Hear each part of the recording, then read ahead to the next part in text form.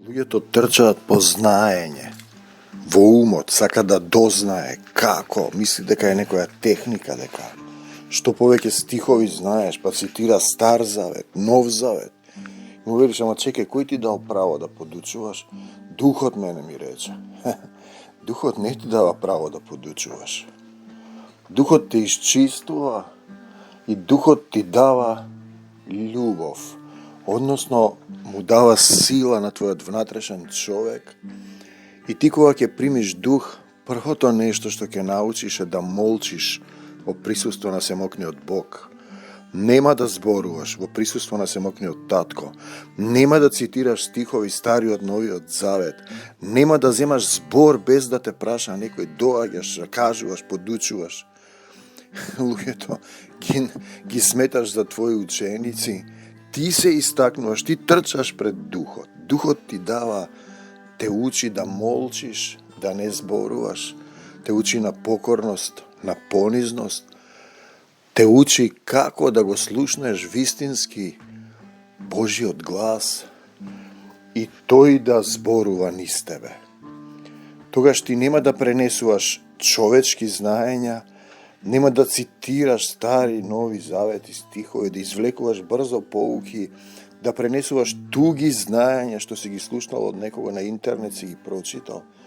Тоа е во сатанската природа, да открадне, ја краде, така да речеме условно, светлината и ја представува знаењето за свое. Така сите се учители, сите цитираат, сите подучуваат, а гледаш длабоко во нив, се слепи, живеат во пораз, немаат сила, вистинска сила. Духот не живее во нив, тоа не ги разликуваат духовите, и тоа е слово кое убива, словото без дух е мртво, зашто само духот оживотворува. Првото што се учи, да молчиш во присуство на Семокниот Бог, тој да ти покаже што да зборуваш, не ти.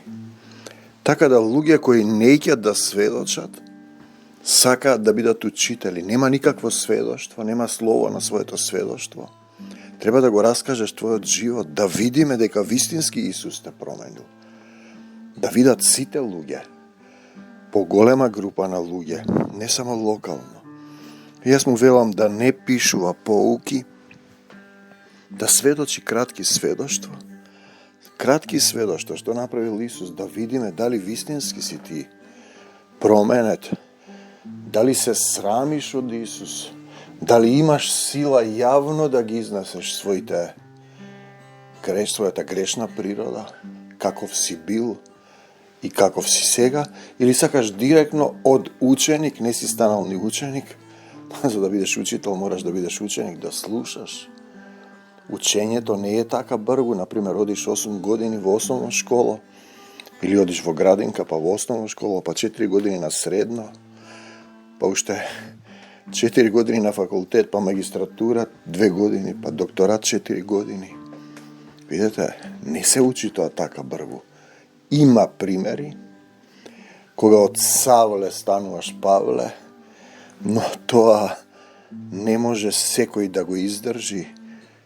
Таткото знае кои луѓе се негови и тој ги поставува за учители. Тој знае колку можеш да издржиш и што има во твоето срце за секогаш Исус, во секое срце Исус. Амин, до Царството Божјо.